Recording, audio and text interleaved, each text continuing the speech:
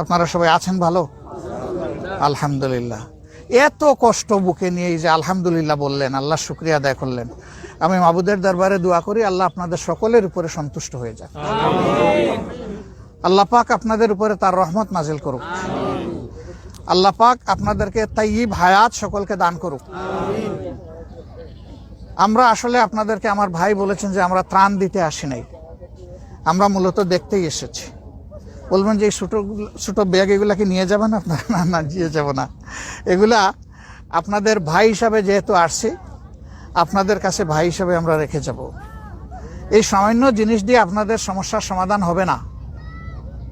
সমস্যার একমাত্র আল্লাহ তাআলা সমাধান করতে পারবেন, সরকারও পারবে না। সরকারের এই শক্তি নাই, কোনো দলেরও নাই, কোনো ব্যক্তিরও নাই, তাই না? পারবেন যিনি আমাদেরকে সৃষ্টি করেছেন, যার হাতে আমাদের জীবন মরণ এবং রিজক, যার হাতে আমাদের ইজ্জত।